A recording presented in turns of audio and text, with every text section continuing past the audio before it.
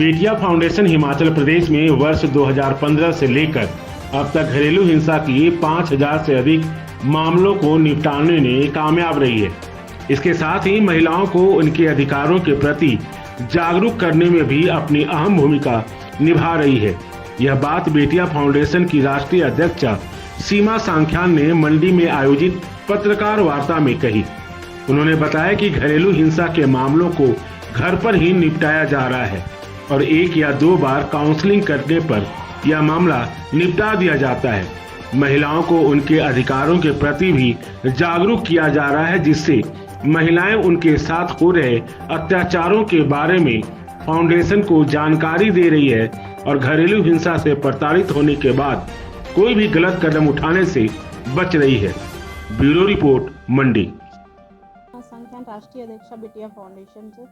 और हमारी जो बिटिया फाउंडेशन संस्था है 2015 से रजिस्टर है हिमाचल लेवल पे, और इसमें बहुत सारी महिलाएं जो है काम कर रही है बेटियों को बचाने के लिए, जिसमें कि हमारा मेन रहता है कन्या भ्रूण हत्या पे। दूसरा हमारा रहता है छोटी बच्चियों के लिए गुड टच बैड टच, क्योंकि ये केसेस भी हमारे हिमाचल में बहुत बढ़ते जा रहे हैं, जिसमें कि छोटी बच्चियों के साथ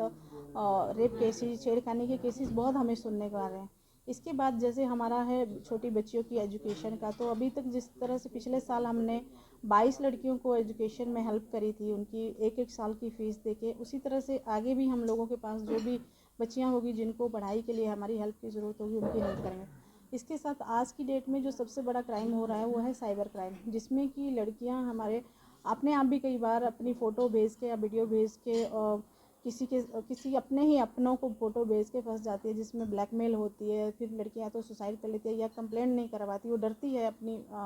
बेइज्जती के होने की वजह से। तो इसमें भी हम उन लड़कियों की हेल्प करते हैं, उनकी कंप्लेंट करवा के उनके जो अगर ऐसी गलत फ़ोटो या वीडियो कहीं अपडेट हो चुकी है उसको डिलीट करवाने में। इसके साथ साथ हमारा घरेलू हिंसा का, जो कि महिलाओं के साथ उनके घर में उनके किसी अपनों के द्वारा, चाहे सास ससुर है, चाहे पति है, चाहे कोई और भी है, उनके द्वारा प्रताड़ित होती है, तो उनमें हम उन महिलाओं को अवेयर करते हैं उनके राइट्स के बारे में, उनके लिए जो कानून बनाए हैं सरकार ने उनके बारे में, ताकि वो अपने लिए लड़ सके और अपने लिए न्याय मांग सके। क्योंकि घरेलू हिंसा से लड़ना और अपने लिए जीत हासिल करना एक अच्छा तरीका है अपने आप को ख़त्म करने से या दुनिया छोड़ जाने से अच्छा।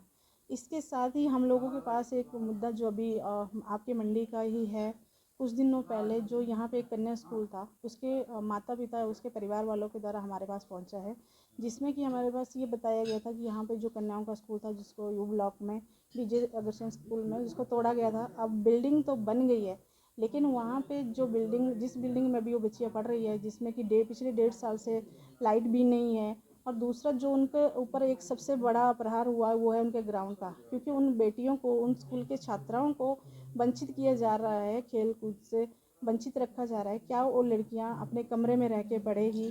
तो मैं चाहती हूँ कि इस मुद्दे को अब बिटिया फाउंडेशन उठाए, आगे आई है, तो उसके लिए उनके सारे माता पिताओं से और स्कूल प्रबंधक से तथा प्रशासन से मिल के इस